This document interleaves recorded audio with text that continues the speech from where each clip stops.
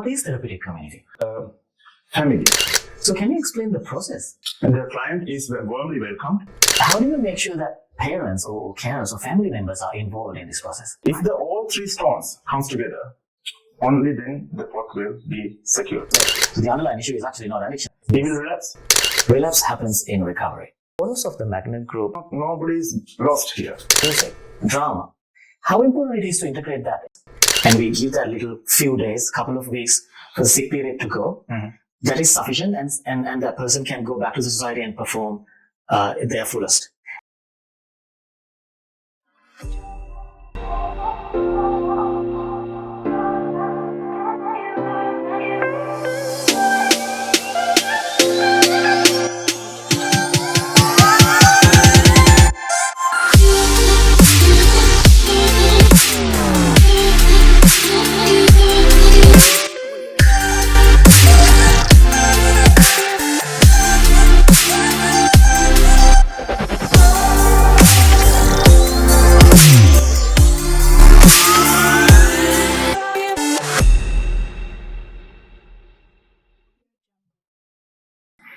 Recovering from addiction is a journey. There are multiple pathways and ways one can go through rehabilitation for addiction.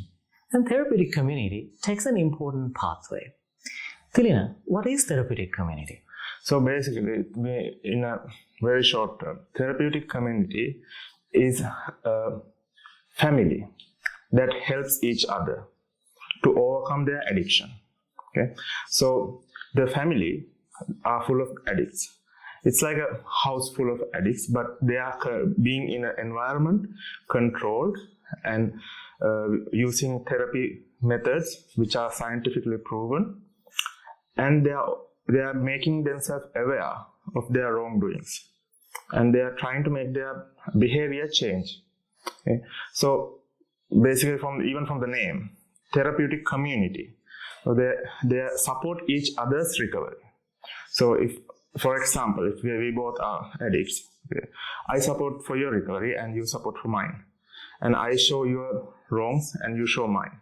And we both go in the same pathway to the recovery. Our goal is be recovered, be in sobriety, but we both go together and not individually. So it's like a team effort. Right, but it sounds like it's different from traditional rehabilitation processes where there is a client and there's a clinician. So can you explain the process? Yes, sure. So what we do in therapeutic community in Sri Lanka at Mithuru Mithuro is that we first get the client through a referral, okay, by diagnosing the client. And after they come into our facility, what we do is that we first keep them at EMU. EMU is Emotional Motivation Unit. And at the EMU, the client is going through his withdrawal period. This takes around 3-4 weeks. It also depending on the client. Depending on many factors actually. The client's age, what type of drug he used, for how long time of period he used it for. Okay. Sometimes it could be injected, it could be snorted, any method that he used. So there can be other physical effects that he has. So it takes around 1 month. After the withdrawal period is over, when it's finished, we get the clients from the EMU unit and we let them join the community, what we call also as the family. So when we join the family, the client is warmly welcomed and we make the atmosphere, the environment, very warm and welcoming. He don't feel from those traditional recovery places like there's like a hospital or it's like a place that gets treatment for addiction. This is more like a family. And it's like we give the client the warm welcome feeling that you are safe here and you can achieve your goal from here. Okay. So when you go into the family, you go as the small brother. And you are assigned a big brother, someone who is senior in the treatment. So it's like a younger brother. Yeah, it's like a younger brother, elder brother thing. So in a family, younger brother is also always depending on the elder brother. Yes. So he's like always like, can you support me on this? What is this? Can you explain me this? So by this concept of big brother, small brother, we are automatically creating the bond between the community. Okay. So with this, the elder brother, the senior, feels responsible. This comes back to addiction behavior. Okay. Responsibility is something that we have neglected as addicted persons. Okay. Yes. So in responsibility, we have neglected our family, our loved ones, our job, our career. Okay. So many things that we have neglected. As addicts, they have neglected many things. So in this concept, they're given this responsibility to look after the small brother, guide him through this treatment. Don't let him go alone in there. Don't let him feel alone. Okay. So other than that, there are 7 different departments. Mithuru Mithuro movement completely runs from these departments. So the addicts who comes as clients, they assign to each department. So there are kitchen department, there are environmental, media, housekeeping, maintenance, so many. Okay. So in these departments, all the clients use their skills or develop their new skills, looking from getting experience from the clients that who knows already what to do, and they develop their skill and they provide the service. And they live as a strong family. They cook for themselves. If something breaks down, they fix it for themselves. Okay. So there's a community growing inside, and also understanding that there are responsibility as a family is to live together and understand. But there is another side that we have integrated to Mithuru Mithuro TC, Therapeutic Community, which is the clinical side.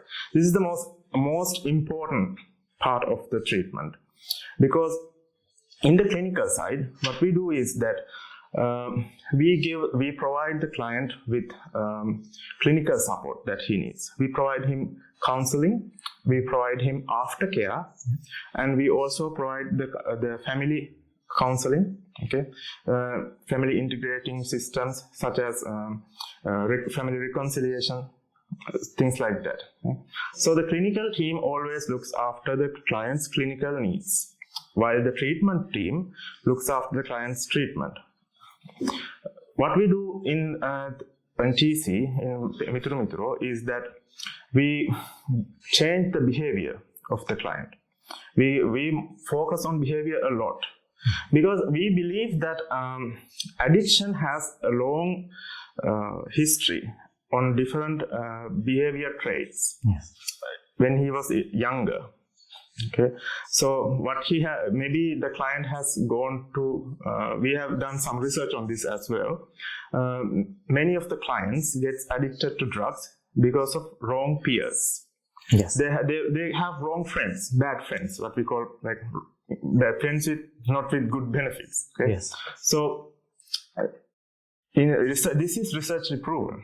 And in Mithuru Mithuro, we show them the correct way, how to identify if someone is good or bad for you.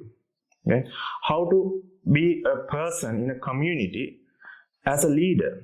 So there's a leadership as well, because each department have a department head, and every client have to play this role as a department head. Right. So automatically he is becoming a department head with 5, 6, 7 people with him To manage. Yeah. So automatically he is becoming a leader as well. So when he becomes a leader, he again have more responsibility now. Now it's not just one person. Now like 5, 6 people. Yes. And then he gets something like kitchen department. Now he is cooking for the whole community. Yes. And now it's like 100 people responsibility. Okay? Slowly, gradually the responsibility increases.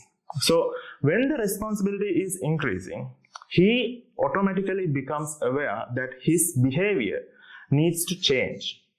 So what we do is that we let the client come to a timetable, a framework that fits his lifestyle.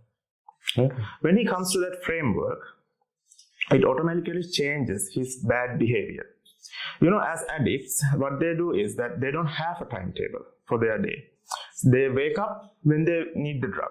Yes. Okay. They go to work if they need money to buy the drugs. Okay? But we show them that is not how responsibility works. If you need to have responsibility, if you need to be a responsible person, a valuable person in a community, you also need to have a good structure, good framework. A daily activity should be nicely timetabled. Okay? So that also we give as provide.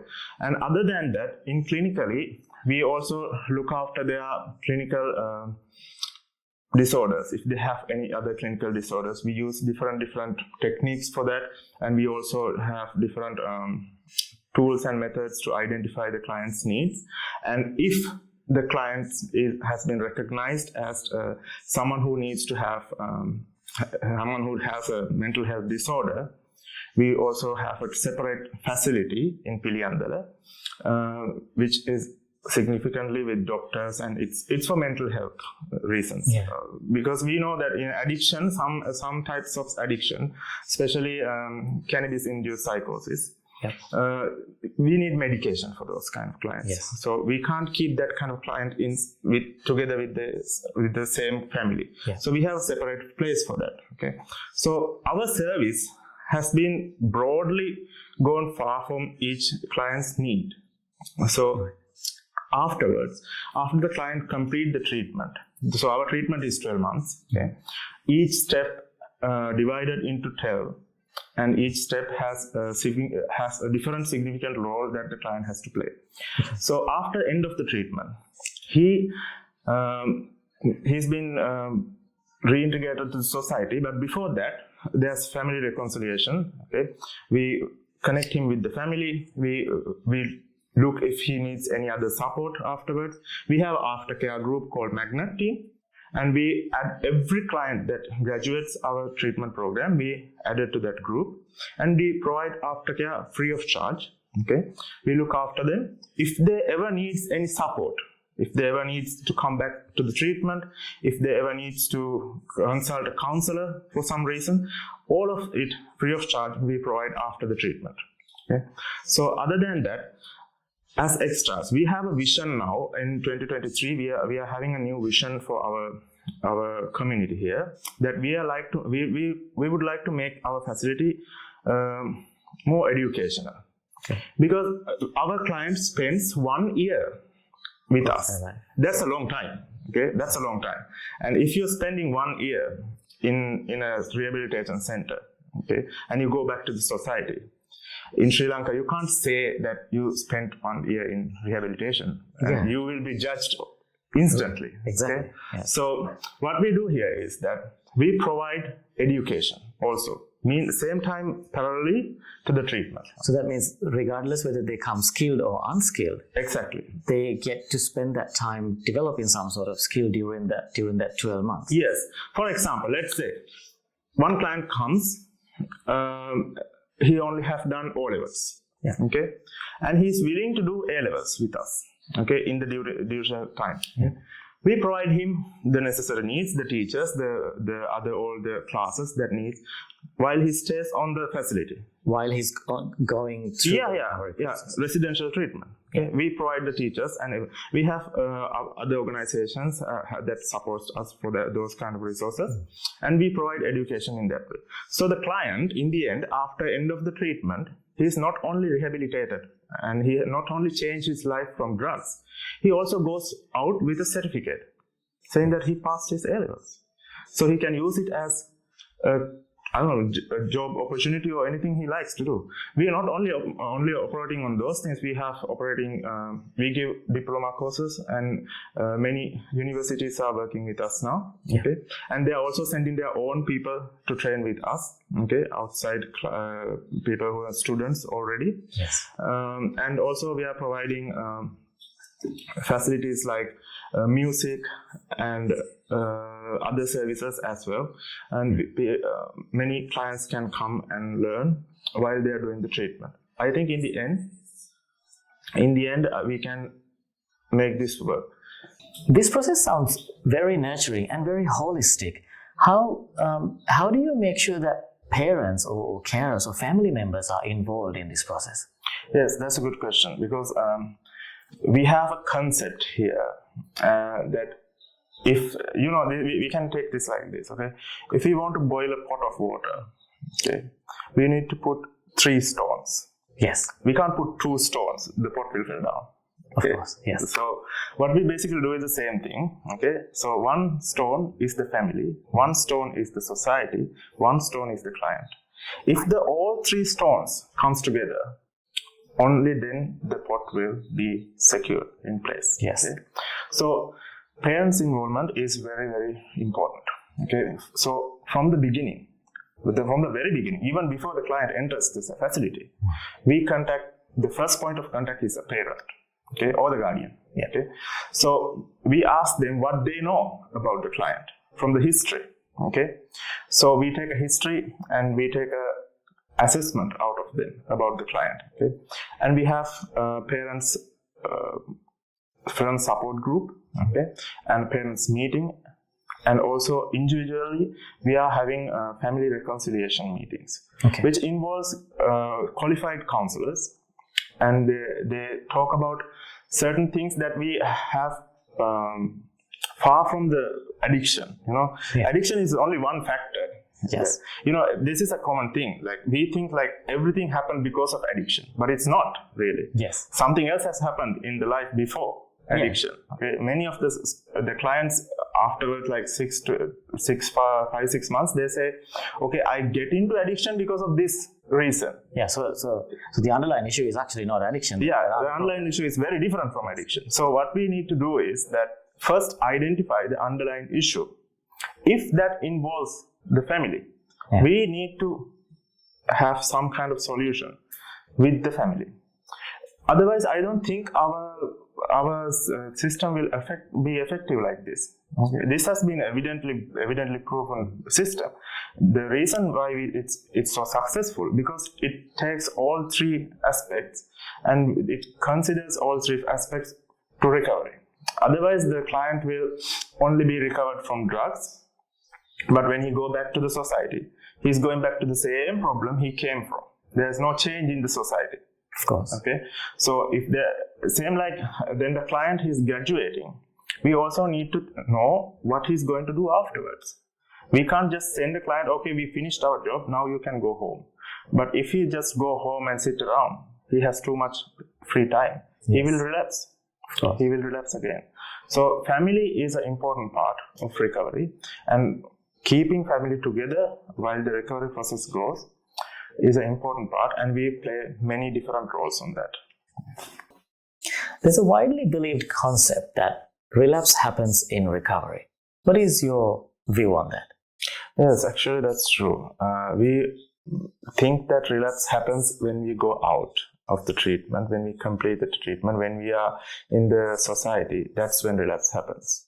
Okay, but relapse really happens while you are in the treatment. It happens inside of you. It happens inside your mind. Okay. We know there are many trigger factors. Okay, there are people that triggers us back to drugs. There are places that triggers us back to drugs. There's things which involve our drug life that triggers back to drugs. Okay, but these things might not be physically in presence during the treatment time, but it's all in your mind. It's all in your mind.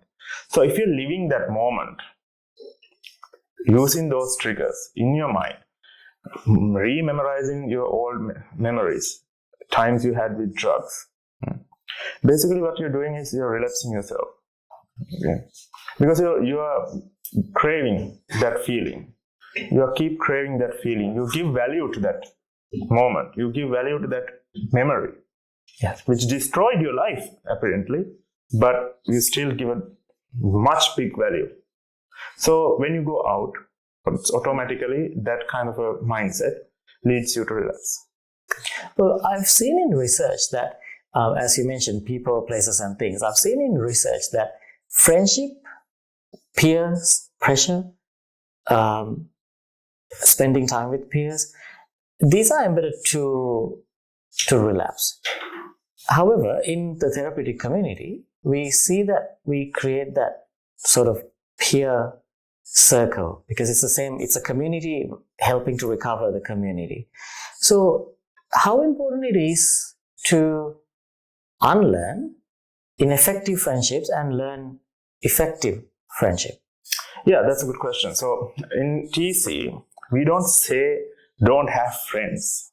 Yeah. Okay, we don't say that. Okay. What we do is here that we have a concept called FTA. Okay, F means feeling, thinking, action. Okay, when you're going to a place or in the community, you meet someone and you automatically comes to the feeling of what to do, and then you think about it. What is this person's motive? Is this a suitable person to interact with? Even in the society, we should do this, but nobody does. Then you go to the action part. Then you proceed to bring that person into your circle. Okay, but before, what happened was we let access to everybody into our life, which brought some really bad people with really bad behavior traits, and we adapted them. We thought that's the lifestyle. Okay, so it's nothing wrong with having friends here. It's about selecting a person. What kind of value that person brings to your life? Would it decrease your value or would it increase your value? And this is something that's really important when you're choosing people to work with. Sure, and this brings me to the topic of magnet group, which is a ongoing therapeutic peer group by Mithuru Mithuro. And when someone graduates from therapeutic community and when they go out, they become members of this magnet group, and they meet weekly, they meet regularly, do other activities, and most importantly, they act as a bunch of community to support each other. So sometimes we see that when young people recover and go home, they change the environment they live, they move houses, they change their friends. A lot of time parents don't allow young men to go and make new friends because of the previous fear. Mm-hmm. I think we should talk about the importance of the magnet group and how magnet groups support each other to prevent relapse. Yeah, so these things like changing the environment, okay, changing the friends, changing the job, these things, not everybody can do these things. We live in a society that if we get a job, we try to secure it, yes, rather than just leaving it. You know? So what the magnet group does is that we have a community of graduates and we have our counselors present there, our director present there, okay, our management present there. So we get together every Saturday and we discuss about what happened during the week. And this ground in this community, everyone's opinion is accepted. So nobody is judged.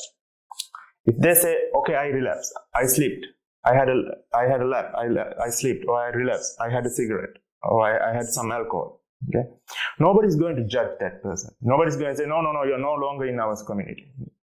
The community helps that person to come back to recovery. Okay, so the person doesn't have to be in the treatment. He can be in the society. He can be already working.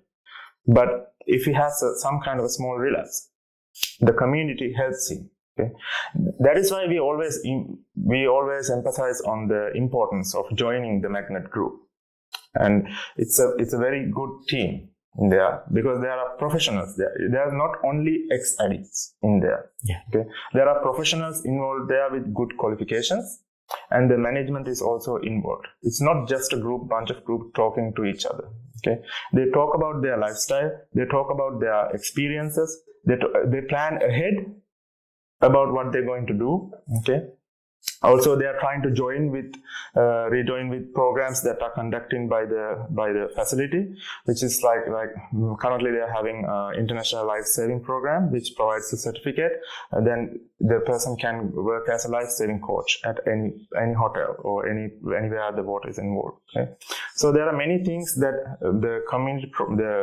facility provides to the community. And it's not only for the people in the treatment. The graduates also can benefit from these different programs as well. So nobody's lost here. Everybody has a venture. Everybody have a plan. And if there's some kind of a difference going on, some kind of a difficulty there, you can always open up and talk about it. Now, Thilina, we know that in active addiction, usually people spend almost all of their daytime thinking of drugs, thinking of how to find money, thinking of how to use drugs. So their whole life, the whole time period during the day is spent on drugs. And because of that, a lot of people lose interest in things like hobbies, sports, and important life skills, and also some talents. Now, I know that people get to recover not only from drugs, but also from skills that they missed during addiction, such as music, drama. How important it is to integrate that into therapeutic community? Yes, first of all, in therapeutic community, we fight against the myth that if we want to have fun, you need to be high. Yes. Okay, that's a myth. That's a myth. That's a myth. Yes. Okay, you don't need to have that kind of myth. So we first fight that. Then we prove the client that you can have the same type of fun sober. Okay, and then we focus on the skills. Okay, some clients do come with very good skills, especially for music and drama. Those things are like gone under because of addiction. It's all about what you give value.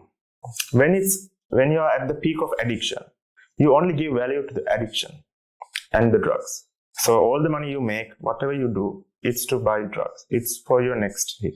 Yeah. Okay. So when you're going away from that, now you're in the treatment, you can focus on your talents. Okay. And as a facility, we provide them with music teachers and music equipments. We have a band called Avalanche. Okay. The client can join the band and improve the skills. There are sound engineering courses that are provided by the facility also. Okay. And there are also many other talent grow programs in Mithuru Mithuro that the client can join them and change their lifestyle. And this also opens up the doors to how to maintain a healthy habit, which does not destroy you. Because many people with addiction have very bad habits, which destroys you gradually. But when you have a healthy habit, then it keeps you stronger, keeps you going, keep you entertained. However, I have heard that many parents, they prefer a quick fix. They prefer the short-term intervention. 1 month, 2 months, 3 months maximum. What is the difference between this? Thilina, there's a big misconception among everyone that if we rehabilitate someone quickly, and that means that if we stop someone using drugs and we give that little few days, couple of weeks for the sick period to go, that is sufficient, and that person can go back to the society and perform their fullest. It's a huge misconception. So we can recover someone from drugs by simply stopping the drug. And after a few weeks, that person's physical sensations or difficulties around the withdrawal will disappear. Yeah. But does that really change the point of view? Does that really change the behaviors, the drug-seeking behaviors, the stressors and the trauma that are associated with it? Is the mindset. The mindset. And that's where Mithuru Mithuro comes very differently, where we don't talk about rehabilitation. We use the word mental purification. Because we believe, under therapeutic community, especially the Sri Lankan model, we believe that a mental purification is required for someone to change the way they think, their belief system, their traditions. We know that drugs and alcohol are associated in our culture, our tradition. They are part and partial of our functions, weddings or parties. So these have been embedded to our psychology. our self, our identity. So that cannot be changed within few weeks. It requires someone to change their point of view, their personality, how they think. Yeah. So this requires a mental purification. So simply stopping the drugs, we can do that by putting someone in jail. And that happens. We just catch the guy, put him in jail for a few weeks or few months, and we think that he'll be fine when he comes out. No. Because a mental purification hasn't happened. There hasn't been a turn. There hasn't been an awakening in that person's personality, in that person's mind about their idea of using drugs. It requires great effort to change their internal culture, their belief system, their spirituality. These are all embedded to it. So this requires a great effort in mental purification. When we talk about mental purification here at Mithuru Mithuro, we don't talk about religion. We talk about spirituality. We talk about how someone feels themselves, their spirit, their belief system, their ego, their self-worth, their self-confidence. We know that during school time, a lot of teenagers start using drugs because of peer pressure, because it allows them to be a part of a group. Fit in. Yeah. Fit in. So this ego requires major work to break. Yeah. It requires great sense of spiritual changes within someone to believe that I can make the decision I want without peer pressure. And I don't have to make a decision because my friends asked me to do it. That requires time. That requires proper guidance by seniors who have been through that pathway, and that's where the seniority, that big brother concept come in. And that also requires trained, experienced counselors and psychologists who've learned and who've identified how to change the thinking pattern. And therefore, time is very important, because we are not, here at Mithuru Mithuro, we don't rehabilitate someone. We don't fix a broken thing. We change the way how someone thinks, and we purify that sort of mental process. Therefore, it requires that time. It cannot be done within few months. We can't just say it will be fixed within 3 weeks. And that's why sometimes it could take up to 12 months. Yeah, I think our viewers must have had so much information today, and there are lots to learn. Okay, thank you for joining us. Thank you. Thank you.